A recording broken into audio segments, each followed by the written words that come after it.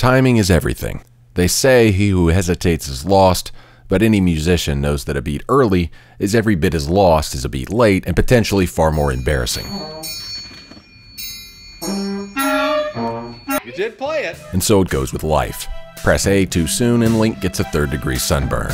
Talk trash too soon, you get put in your place.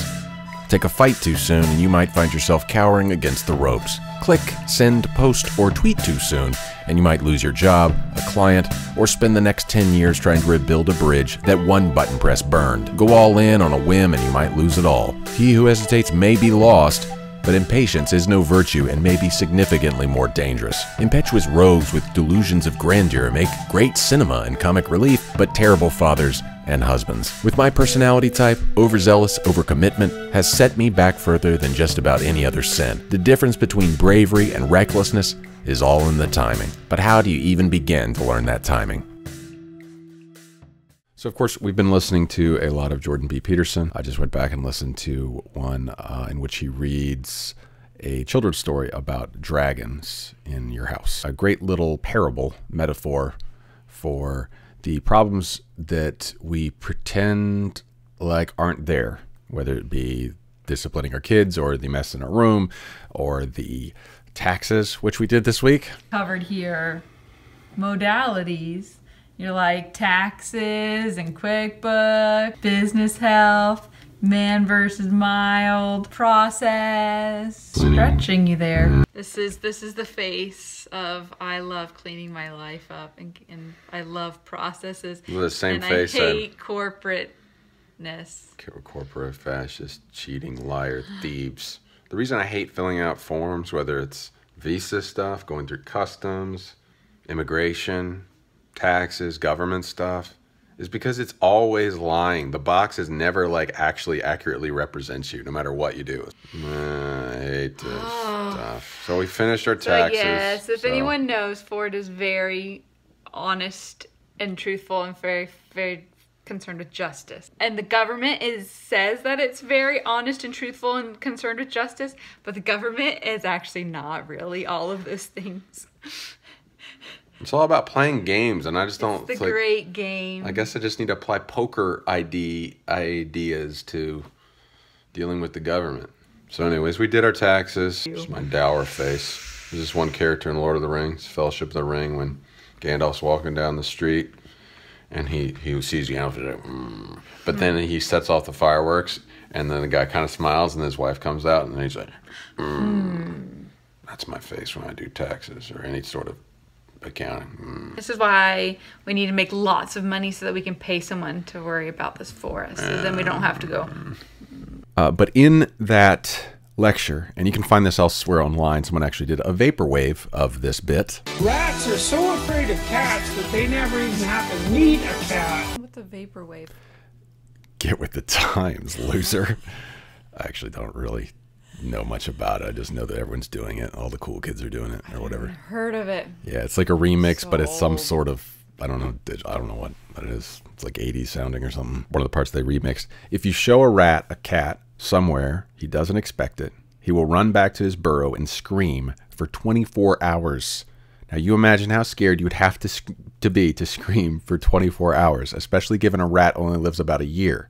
So that would be, for you, like screaming for 3 months. And I think we and are so evolved, progress as human beings. We've forgotten something that rats apparently understand.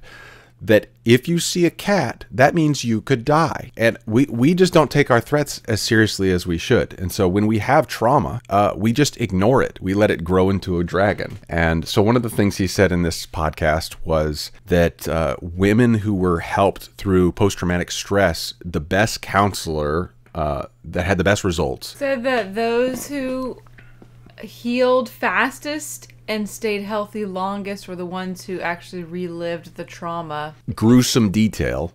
Emotionally as well. Relived over and over.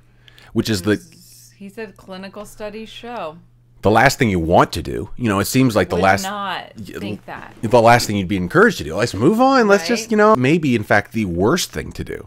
And so he says with the rats, once they see the cat in a certain place, They go and scream for 24 hours, but then the first thing they do is go back to where they saw the cat. So animals know that instinctively. So the rat will go out, they'll do a circuit where they found the cat closest, then they'll gradually go out. But we as humans don't, and me especially, I'm so impetuous that I'm just like, let's just go, man.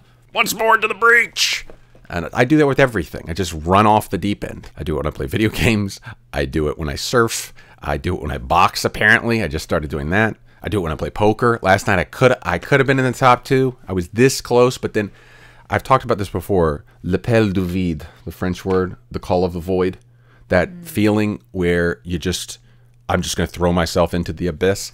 Like I feel that as an impetuous person all the time. Do you ever feel it? Like this feeling like, oh well, that's all lost. Who cares? I mean, you don't play me video games, so. No, maybe when I'm playing board games with really smart people. Oh, there you go. That's a good analogy. Or my brother.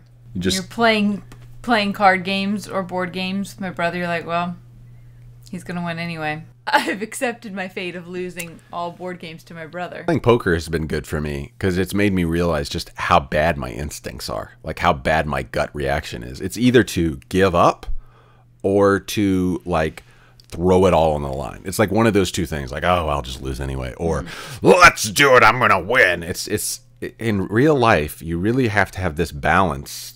You have to have poise. You know, you have to kind of live on this edge where you're not winning, you're not losing. You know, you're giving a little. Next time you get a little. You know, you're giving a little more, you're getting a little more. Like, so it's life is compromises, right? No solutions, only trade-offs. There's no solutions, only trade-offs. That's her brother-in-law. That's my brother-in-law's wisdom.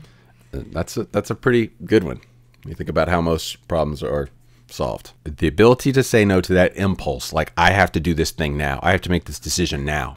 I have to fight or I have to flight right now. Maybe it's neither. Maybe this is just life and you just stand there and you just like, oh, okay, well, I've been given this option between choice A or choice B. I'm saying there's a choice C and it's standing right here and continuing to think about these two options. And someone said, well, you have to choose a side. What are you going to do? Like, what are you going to do? And I've seen people do that before when I thought that there were only two options and realized, wow, that guy's got the idea. And I found that in poker, that is actually a much better option. Like every time you're like, I should probably play this hand. Oh, it's been a very stressful week. What is that from? It's from Kid History. That's a great YouTube channel. There you go. It's a great YouTube channel. If you want to go back. They're still partnered with their person. Oh, yes. So we just got this news today. I am no longer a partner with Fullscreen. Not my talent coordinator, my contact, they did not tell me. They did not give me any fair warning. Well, they never talked to us anyway. That's all right. You know what? So long, Whatever. Fullscreen.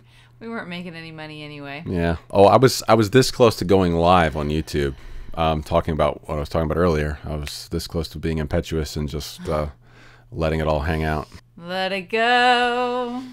No, that song does not apply because what that would mean for me is to let my rage go. Let it go. Maybe we need to get you an Elsa suit and you can just go around Ford Frant raging in your Elsa suit. Embrace your inner ice demon. Yeah. All right, Godspeed. We'll see you on the other side. See you next week. We will be live streaming Sunday morning, 8 a.m. Central Time. Come join us on Twitch and YouTube, primarily Twitch, because we are the redheaded stepchild of YouTube. Stay strong. Stay glorious. Keep going. And if you can't do that, then hold on. All right. We'll see you next time. Postscript, the whole message and moral of today's Building a Better Me, was put to the test just now when I found out that Donald Trump has okayed airstrikes. 4 years ago, he was just preaching at President Obama, tweeting to him that he shouldn't be doing any military operations in Syria. I just about copied him and almost sent a mean-spirited tweet, complete with a video with me ranting, cussing at the top of my lungs, walking through my neighborhood. Can't really take the cussing at the top of my lungs through my neighborhood back, but I didn't hit the send button. You know it, but there's only about 200 of you. I didn't hit tweet, so I guess that's something. It's not that the things that you're mad about aren't real, but you have to ask yourself, what's the best strategy to fight? Is it actually going to work? Maybe today is not the day to fight, you know?